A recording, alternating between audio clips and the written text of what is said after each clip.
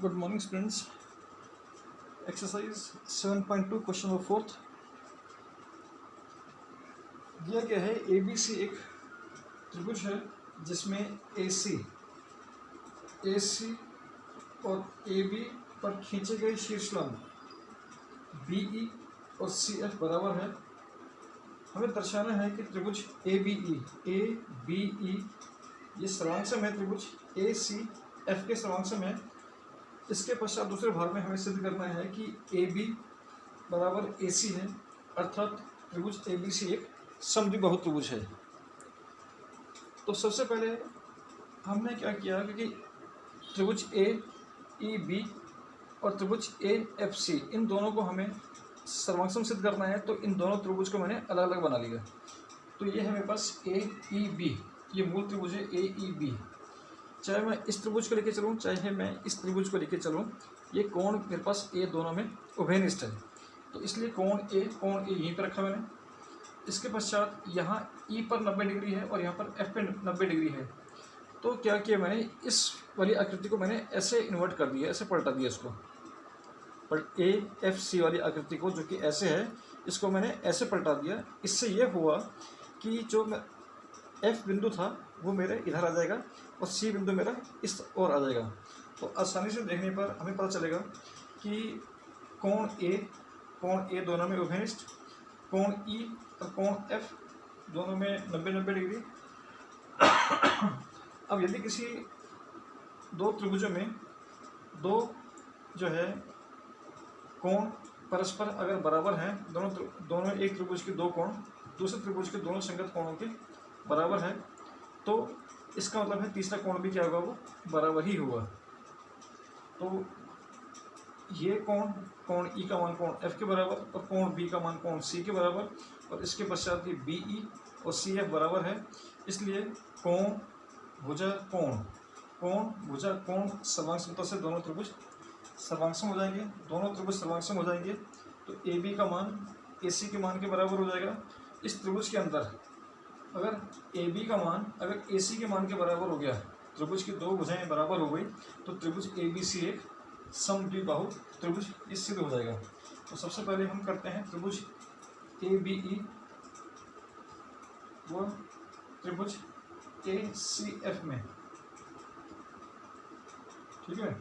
कोण ए बराबर कोण ए, ये हुआ उभयनिष्ठ।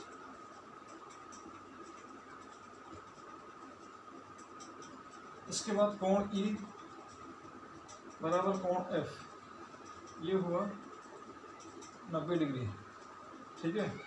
इसके बाद कोण बी बराबर कोण सी। कारण है इसका, यदि किन्हीं दो त्रिभुजों में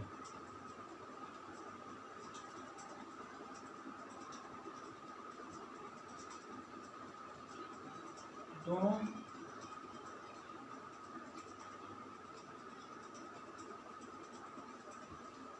एक त्रिभुज के दो कोण दूसरे त्रिभुज के संगत कोणों के बराबर हो, तो तीसरा कोण भी आपस में बराबर होंगे। इसका मतलब कोण बी और कोण सी का मान भी बराबर हो जाएगा। अब इसके बाद कोण था हमारे पास जो है बी ई का मान किसके बराबर हुआ, सी एफ के बराबर। ये दिया है हमें कि शीर्षलंब की लंबाई बराबर है, इसलिए कोण भुजा कोण, तो कोण भुजा कोण सर्वांग से कोण भुजा कोण A S A angle side angle सर्वांग समता से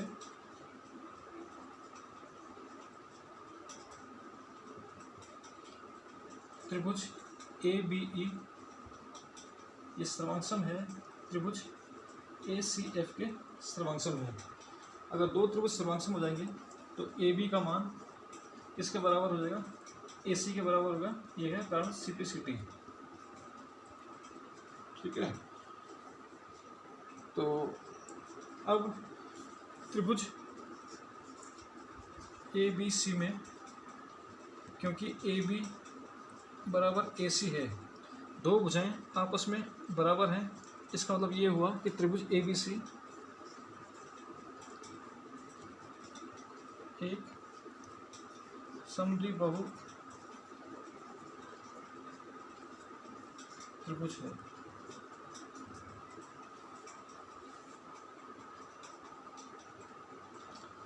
सवाल नंबर 5, एक ही आधार BC पर दो समद्विबाहु त्रिभुज बनाए गए हैं, ABC और दूसरा DBC, जिसमें AB का मान AC के बराबर और यहाँ BD का मान CD के मान के बराबर। और हमें सिद्ध करना है कि ABD ये कोण बराबर है ACD, जो कि इस कोण के बराबर हमें सिद्ध करना है। तो सबसे पहले इस त्रिभुज ABC में, त्रिभुज ABC में, क्योंकि AB बराबर AC है, तो इसका मतलब कोण ABC बराबर है कोण ACB। कारण है इसका, इसमें समीकरण नंबर 1 का नाम डाला, इसका मतलब क्योंकि बराबर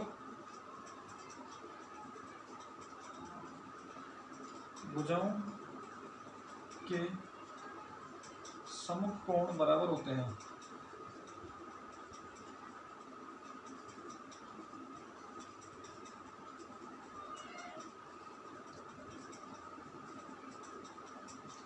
इसी प्रकार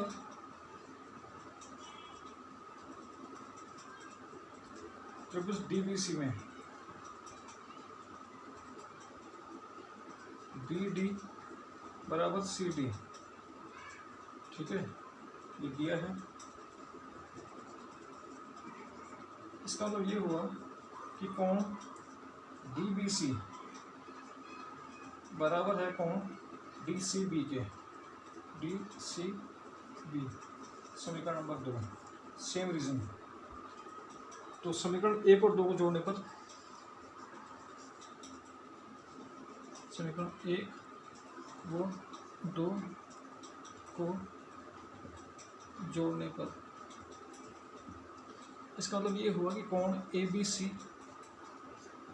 प्लस कोण DBC बराबर कोण ACB प्लस कोण DCB। ABC में ABC में तुमने इस वाले में तुमने DBC जोड़ दिया, इसको जोड़ दिया तो मिला ABD, कोण ABD। अब इसी तरह से ACB में इस वाले कोण में DCB, इसको जोड़ दिया तो मिला एक पूरा कोण ACD, कोण ACD मिला। यही हमें सिद्ध करना था। सवाल नंबर 6, सवाल नंबर 6 में कहा गया है कि ABC एक समद्विबाहु त्रिभुज है। समद्विबाहु त्रिभुज मतलब जिसकी दो भुजाएं बराबर होती है। इसमें दिया गया है AB बराबर AC दिया गया है। इसके पश्चात BA को D तक बढ़ाया गया है। इस प्रकार से बढ़ाया गया है कि AB का जो मान है वो AD के मान के बराबर है। और इसके बाद BCD एक त्रिभुज बनाया, तो हमें ये सिद्ध करना है कि कोण BCD एक समकोण त्रिभुज है। इसको सिद्ध करना है कि समकोण त्रिभुज है, ये हमें सिद्ध करना है। अब सबसे पहले देखते हैं, क्योंकि AB किसके बराबर है, AC के बराबर है। AB बराबर AC व AB बराबर AD भी दिया गया है। AB AC के भी बराबर है और AB AD के भी बराबर है। इसका मतलब ये हुआ कि सभी की सभी भुजाएं आपस में बराबर हैं। इसका मतलब ये हुआ कि AB बराबर AC बराबर AD, तीनों भुजाएं ये आपस में बराबर हैं। अब त्रिभुज ABC में इसका मतलब ये हुआ कि ABC एक समद्विबाहु त्रिभुज है और इसी प्रकार ACD भी एक समद्विबाहु त्रिभुज है। अब त्रिभुज ए बी सी में, क्योंकि ए बी बराबर है ए सी, ठीक है, ये हमें दिया है। इसका मतलब ये हुआ कि कोण बी बराबर कोण सी, ठीक है, बराबर भुजाओं के सम्मुख कोण ये बराबर होते हैं। इसको नाम दिया, कोण बी वाले को नाम दिया कोण 1 और कोण सी वाले को नाम दिया कोण 2। इसको समीकरण नंबर ए। इसी प्रकार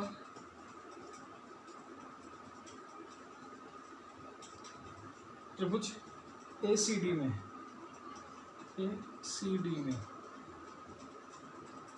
ए सी बराबर है ए डी बराबर है, दो भुजाएं बराबर है, इनके सम्मुख कोण डी और कोण सी भी आपस में बराबर होंगे।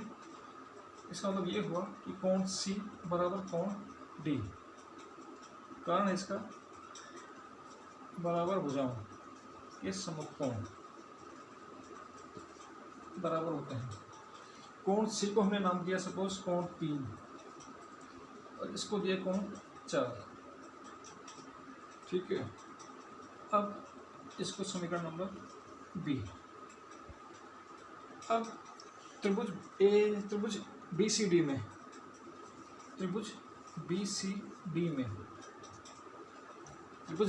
में कोण बी प्लस कोण सी प्लस कोण डी बराबर 180 डिग्री। कारण है त्रिभुज में तीनों कोणों का योग 180 डिग्री है। तो कोण बी का मान कोण 1, कोण सी का मान कोण 2 प्लस कोण 3 और कोण डी का मान कोण 4 बराबर 180 डिग्री। क्योंकि कोण 1 किसके बराबर है, कोण 2 के बराबर है, तो इसलिए समीकरण ए व बी को समीकरण ए व बी से, ठीक है, इस कोण 1 की जगह पे क्या लिख दिया, कोण 2 लिख दिया, कोण 2 प्लस ये कोण 2 ही लिखा, कोण 3 ही रखा और कोण 4 का मान भी किसके बराबर है, कोण 3 के बराबर है, बराबर 180 डिग्री। कोण 2 प्लस कोण 2 ये कितना हो गया, 2 कोण 2। इसी प्रकार से कोण 3 और कोण 3 2 कोण 3 बराबर 180 डिग्री। इसमें से हमने 2 कॉमन ले लिया, कितना बचा, कोण 2 प्लस कोण 3 बराबर 180 डिग्री। इसके बाद क्या करेंगे,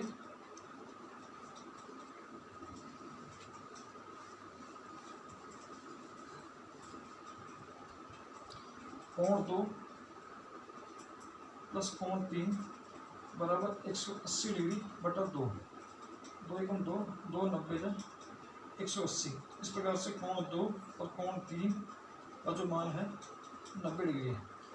कोण 2 और कोण 3 दोनों मिलकर क्या बनेंगे, कोण बी सी डी। ये हमें सिद्ध करना था कि बी सी डी का जो मान है वो 90 डिग्री है।